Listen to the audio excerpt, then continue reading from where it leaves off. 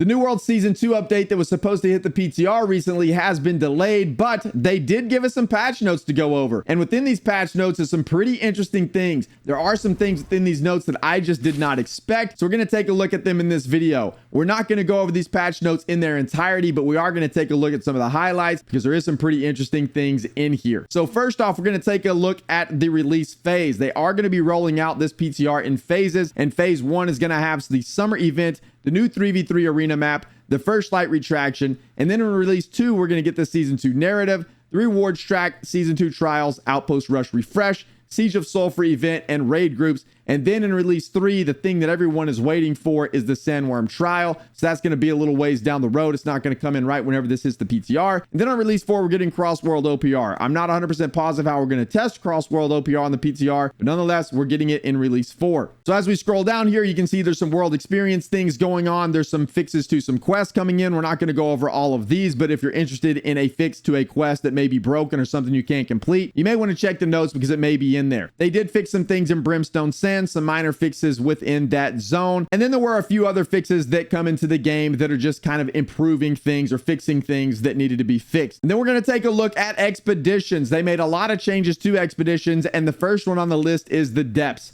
This change is something that I think should have been in the game a long time ago. I am super happy to see it hit the patch notes here, though, and coming in with season 2. They're fixing an issue that allowed Captain Thorpe to hit players behind him.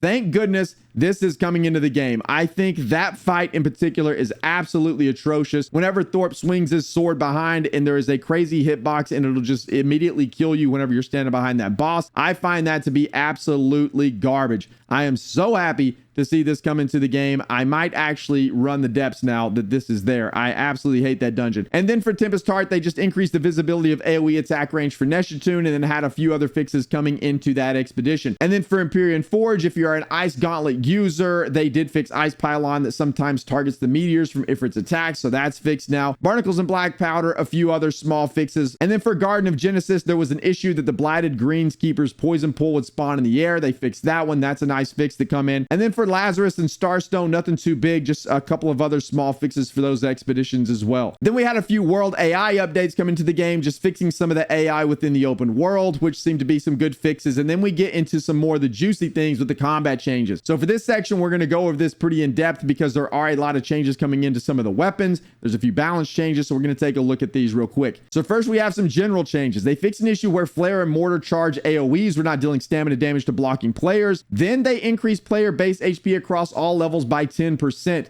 This is because they are now removing the Helen Hardy town buff. I, for one, think this is an excellent change because whenever you have a home in a place that for whatever reason doesn't have the Helen Hardy town buff up, it is super annoying and you're at quite a disadvantage unless you go move your house somewhere else. I always thought that was a really silly buff to have in the control of players' hands. So now they just removed it. They're increasing all of our HP by 10%. Done. I think that's an excellent change. I like it a lot. They also increased the value of the non-combat 300 int attribute bonus from 10% to 25% to give it slightly more value. And then they made a change where players now leave combat 1 second after killing the final enemy in an engagement. This is excellent because now maybe after 1 second we can switch our gear. We won't have to wait forever. This will be super helpful in the expeditions that have mixed mob types. I like that change a whole lot and I'm glad they added it to the game. Reduced default and combat timer to 10 seconds from 20 seconds. Excellent change as well. Made it so that players no longer slowed if they become exhausted by being block broken. That's a pretty interesting one. So now if you are block broken, you are not going to be slowed after being block broken. I think that's a pretty interesting change. Could have some impact on some PvP for sure. And then we have some new blocking functionality coming into the game. This is something that I've heard the developers talk about for a really long time. They want people to block more than they currently do because right now everyone literally just dodges a lot unless you're like a heavy armor tank. Dodging is the meta, has been the meta forever. So they're trying to bring blocking into the meta a little bit as well. And so these changes might help with that. They added new blocking functionality that allows non-shield weapons to mitigate a portion of ranged attacks damage while blocking. This is actually a pretty big deal because now in OPRs or bow PRs, whatever you want to call them nowadays, you will be able to block at least some of the damage or mitigate some of the damage from the range that's coming at you. Whether you have a one-handed weapon, a two-handed weapon, or a shield, it's not going to matter. You are going to be able to at least mitigate some of that damage, and I think this should entice a lot of people to block more than they currently do. So with one-handed weapons, whenever you're blocking ranged attacks, 50% of the ranged attack damage will penetrate the block. So that means you are only going to take 50% of the damage if you're holding up your block with a one-handed two-handed weapon. It's like a Rapier, a Hatchet, for example. If you block with that weapon, you will now block 50% of that ranged attack, which is pretty crazy. But stamina damage will be reduced whenever this occurs. And then with two-handed weapons, whenever you block ranged attacks, 30% of the ranged attack damage will penetrate the block. That means you are going to be blocking 70% of the damage if you have like a great sword or a great axe or a warhammer, for example. If you block, you're going to be blocking 70%. Only 30% of that ranged attack damage is going to penetrate the block. That's pretty crazy. These are huge changes. Then magic weapons, when blocking ranged attacks, 40% of the ranged attack damage will penetrate the block, meaning you are going to block 60% of the magic range damage. So this is pretty interesting. I think a lot of people will be blocking a whole lot more. Then with shields, they remain unchanged. If you block a melee ranged attack, it's going to mitigate 100% of the attack damage, just like it does now.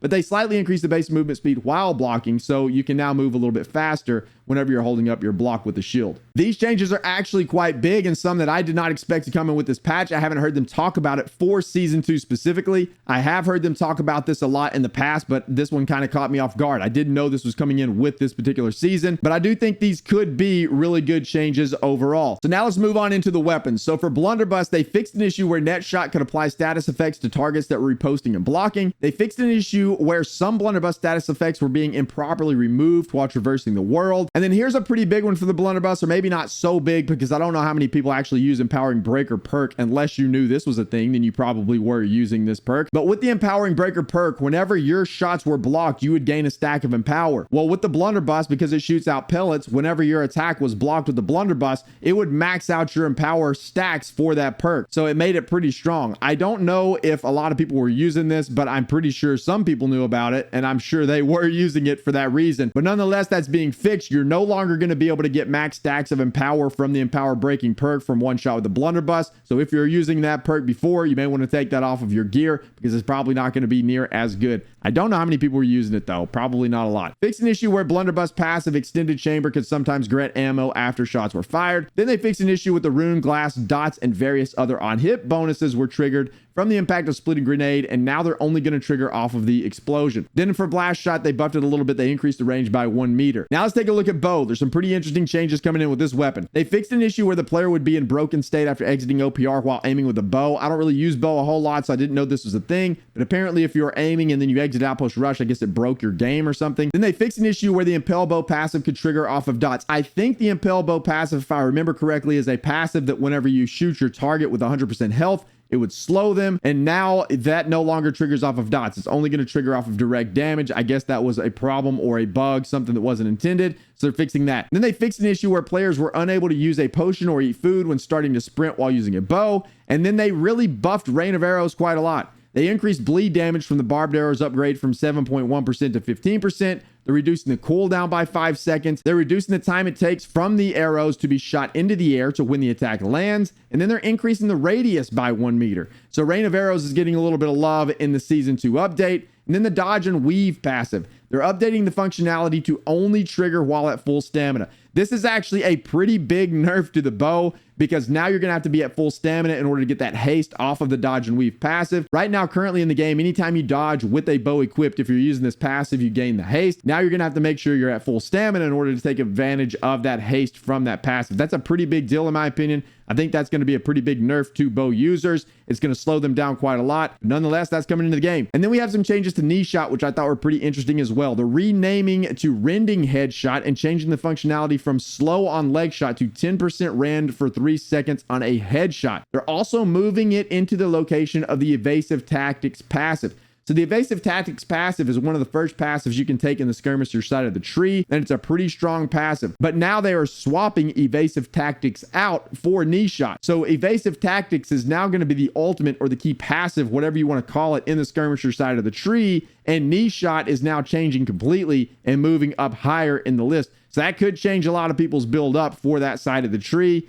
It's a pretty interesting change in my opinion. I'm not a huge bow user, but I would love to know what you guys think about these changes to the bow down in the comments below, because I'm not real sure how this is going to affect your build moving forward, but it does seem to be a pretty big change nonetheless. And then we have the Fire Staff. They're fixing an issue where the Meteor Shower perk combined with Rune Glass dot gem perks granted players more stacks than intended. They're fixing an issue where Flare wasn't dealing the correct amount of stamina damage to blocking targets. They're fixing an issue where 2 blocked flyouts would appear on a blocked hit. I'm assuming that was just a UI thing. And then they're fixing an issue where the Meteor Shower perk with Watch It Burn passive granted players more stacks than intended. So a lot of these fixes are kind of nerfing the Fire Staff a little bit, but I would think these are more fixes than nerfs, because all this stuff was unintended. So I don't know if we really want to call them nerfs, but nonetheless, that's what's happening. Then Incinerate, they are increasing the damage from 150 to 175%, and they were reducing the recovery of the attack. They're buffing Incinerate a little bit. Then Pillar of Fire is getting a little bit of a nerf. They're reducing the damage by 10% there. Next, we have the Great Axe, a couple of execute buffs coming in, or at least I think if I'm reading this top one right, it seems like a buff to me. It seems like it's going to be a lot easier to hit your target with execute if I'm interpreting this correctly. Adjusted the timing to make the hitbox appear 2 frames later and last 2 additional frames. So it seems to me like that's going to make it a lot easier to hit your target with execute. And then they're reducing the cooldown by 5 seconds. So in my mind, this is a buff if I'm reading this correctly. If I'm interpreting that wrong, please let me know in the comments below. But I think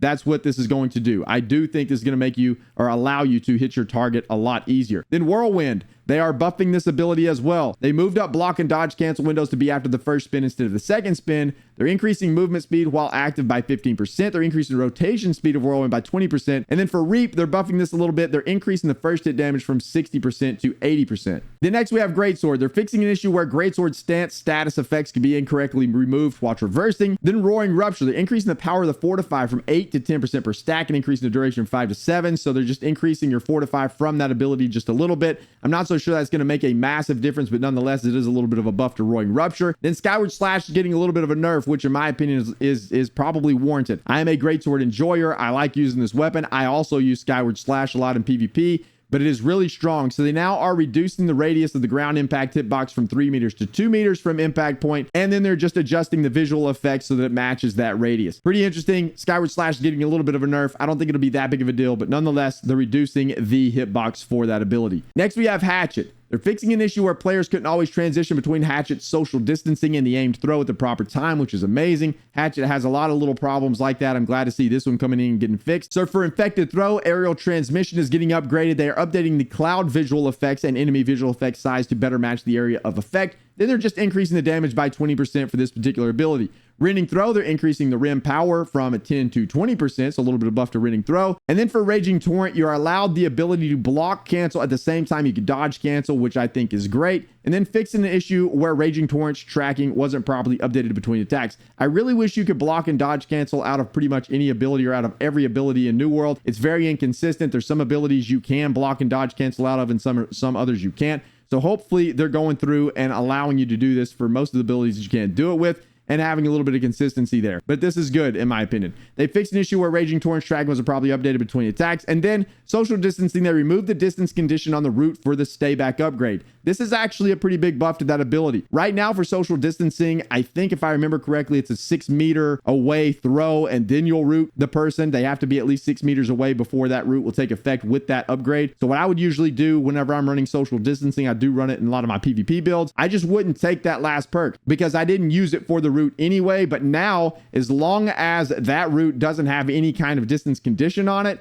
it'll be a very nice little CC for that ability. It'll be quite nice. So I probably will adjust my build a little bit and probably take that passive now versus taking some of the other passives in the tree. Then we have some Ice Gauntlet changes. The Ice Pylon is now going to be destroyed if Ice Gauntlet is unequipped, but it's still going to persist if Ice Gauntlet is equipped but inactive. What I think this means is that if Ice Gauntlet is equipped but on your back bar, it's still going to persist just like it does now. But if you unequip it altogether, then it's going to be destroyed. Like if you just take that off of your bar completely. And then Windshield, moved grip from the perk to being on the base ability. And then they increased Windshield's damage from 20% to 24% weapon damage per tick. So a little bit of buff to Windshield coming in there. Then for the Life Staff, they added visual effects for the Life Staff passive, Enchanted Justice, so the players can more easily tell when it's active. Fix an issue where targeted healing would target dead players or those on death's door. This is a great change. I know that's super annoying for healers. I don't heal a whole lot, but nonetheless, I hear people complaining about this, so I'm really glad to see that come in. Splash of Light, reduce radius from 100 meters to 25 meters, increase healing from 60% to 80% weapon damage. Splash of Light shared recovery upgrade.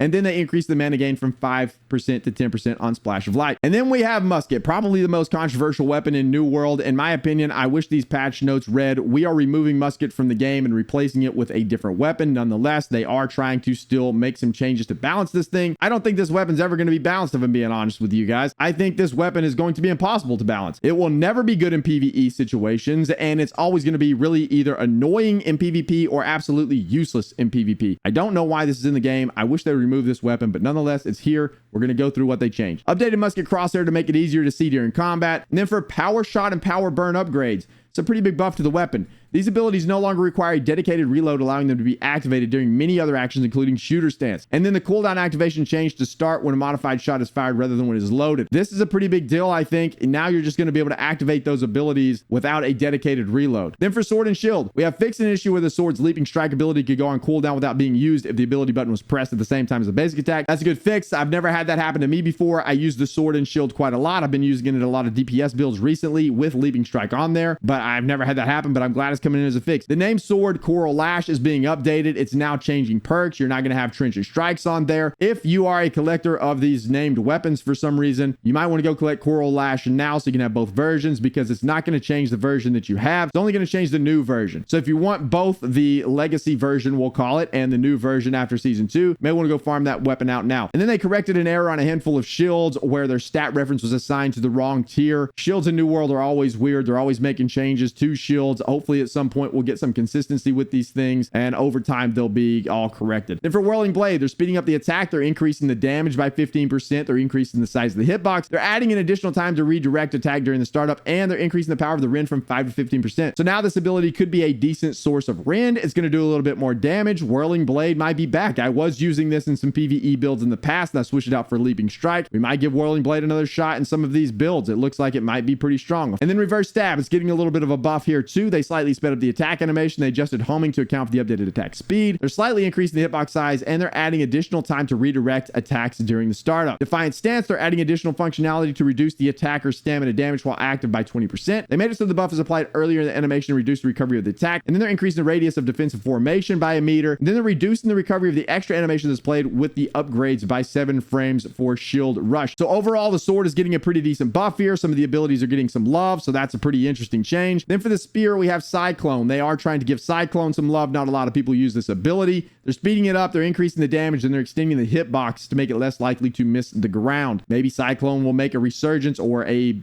appearance at all, I guess. I don't ever see anyone using that ability. And then for the Void Gauntlet, they fixed an issue with the value not showing correctly in the Invigorating Oblivion's upgrade tooltip. They're updating the tooltip to Cleansing Harvest to be more clear, and then now your Void Blade attacks can have grit with a 300 con attribute bonus, so that's finally making its way into the game. Baleful Tether, added functionality to keep the tether active while swapping to a secondary. And then Essence Rupture, they added text to the Overflowing Essence tooltip to indicate that the effect will trigger when it ends or if the target is killed, so just some clarification on that ability there. And then for the Warhammer, they are adjusting the timing of the Mighty Gavel ability to have the hitbox appear 1 frame sooner. They're fixing an issue where the Warhammer Wrecking Ball ability could damage targets outside of the hit area if quickly moving the camera while attacking. They're updating the tooltip of safety measures. And then the named Warhammer, the Settler's Friend, has been renamed to the Diver's Companion to avoid confusion with the Hatchet. I'm glad that's coming in. There are other issues like this in the game, and I wish they would go through and fix them all. This takes me back to the whole ring situation with the Legate's ring that they changed and didn't change some of the other ones. And we're not going to go over that. We're not going to get into that tangent, but nonetheless, hopefully we'll find consistency over items moving forward in the future. And then maybe this is the start to that. Mighty Gavel, they slightly increased the impact area of the attack, and then they reworked the Justice for All upgrade to grant 1 free Mighty Gavel use per cooldown. Armor Breaker, increased damage from 140 to 160%, so a little bit of love here on this ability. They're increasing the power of the Rend from the Lasting Trauma upgrade from 20 to 30%, and then they're updating the Opening Act upgrade to be against targets above 70% health. A little bit of a buff coming in for the Warhammer as well. And then for the Rapier, we have Flurry. They're updating Flurry's damage to evenly distribute the damage across hits instead of having it escalate with each hit. Pretty interesting change. They're adjusting the damage from being the escalating range of 47% to 83% damage for each hit to a consistent 60% damage per stab. And then they're adjusting the homing to be more consistent and properly line up with the attacks. So overall, I guess you could consider this a buff. I don't really know. It's just a little bit of an adjustment to the ability. And then for Tondo, they're changing this a little bit. The proper spacing upgrade updated the condition from the target being in a 4 to 5 meter range to being against targets with a Rapier bleed. This should be overall a buff to this ability, I believe, because it's going to be a lot easier to land this and get the additional damage from proper spacing, because you're no longer going to have this spacing condition, but you're just going to have a bleed on the target, which is easy enough to have. So I think this overall is going to be a buff for that ability. ability. And then we have some changes to a few of the perks. They are fixing an issue that caused the Invigorated Punishment perk to apply on basic attacks and not just abilities. This is a pretty big deal, actually. The Invigorated Punishment perk is only supposed to apply on abilities, but it is applying to basic attacks currently. This is going to be a pretty big deal for this ability moving forward whenever the Season 2 update hits. Updated the Thwarting Strikes perk to be available to roll on Void Gauntlets. This makes sense because now the Void Gauntlet can have grit with 300 Constitution.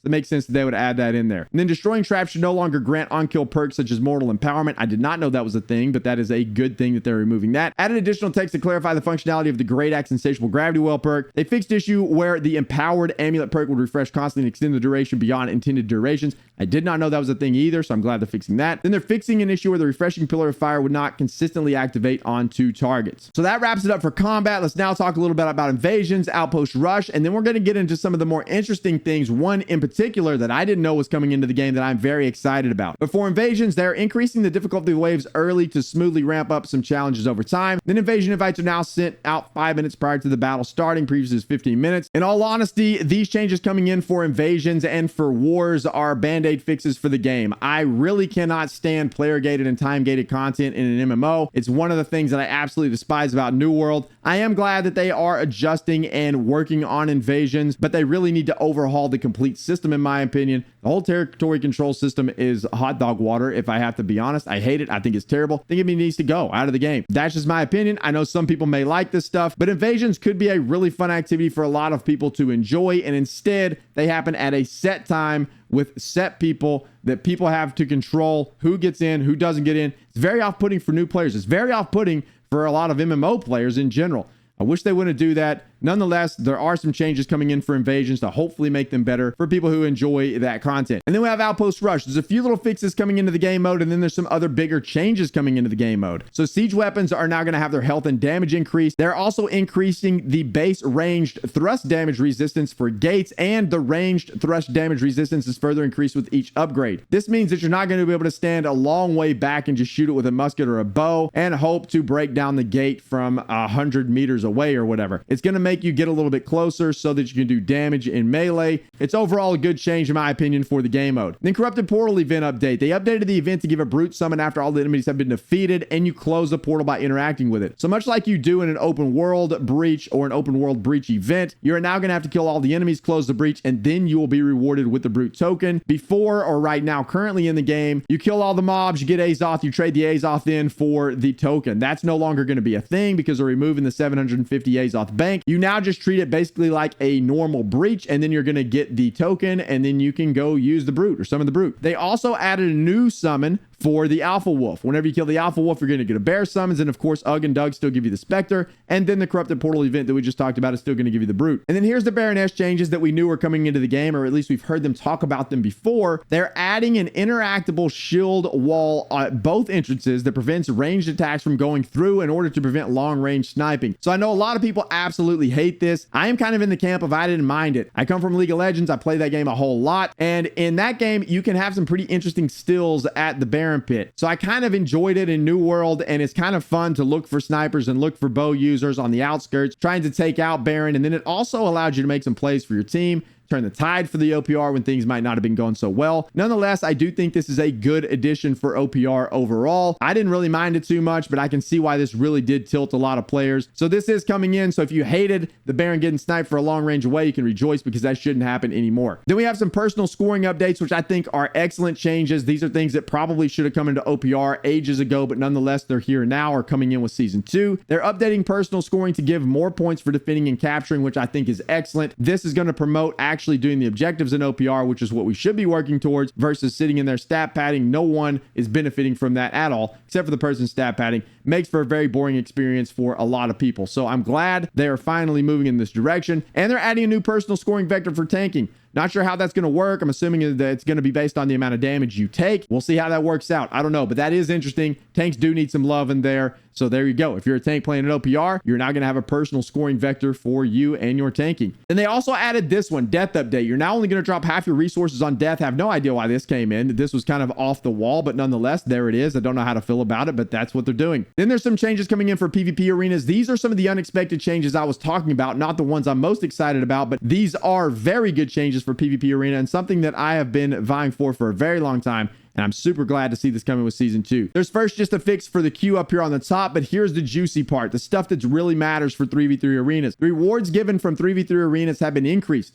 The first 2 arenas completed daily now reward the player with 1 extra weapon or armor each. These are the same items that are given by Outpost Rush rewards, so they can be upgraded to 600 to receive a legendary perk with Umbral Shards. This is excellent. This should have been done a long time ago whenever arenas were introduced into the game, because this should help entice players to queue up for 3v3 arenas, where previously that's been kind of a more dead game mode. Still pops, still happens. We still play 3v3s, but nonetheless, this is an excellent change. I'm super glad this is coming in. There does need to be better rewards for arenas, and this is good. Then they are also increasing the amount of Azal Assault and PvP XP rewards based on the number of rounds won in the match, which I think is also a good change. So better rewards for playing in 3v3s. I think that's super good. Then we have some open world PvP changes coming in. They're modifying PvP open world kills to always grant 800 PvP XP. Before, they were 100, 800, and 1600, depending on certain factors. And now weapons and armor they can drop from open world PvP now have PvP perks on them. I mean, I think that makes sense, right?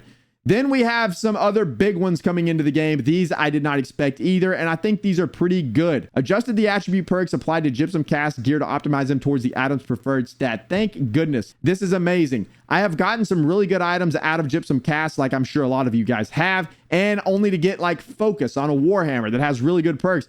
There's nothing more frustrating in the game than to see that, so I'm super glad to see this come into the game. Now, hopefully, this will help newer players trying to get gear, or some of us who just want to see if we can get some good gear out of Gypsum cast. Whatever the case may be, this should be the standard moving forward for the game.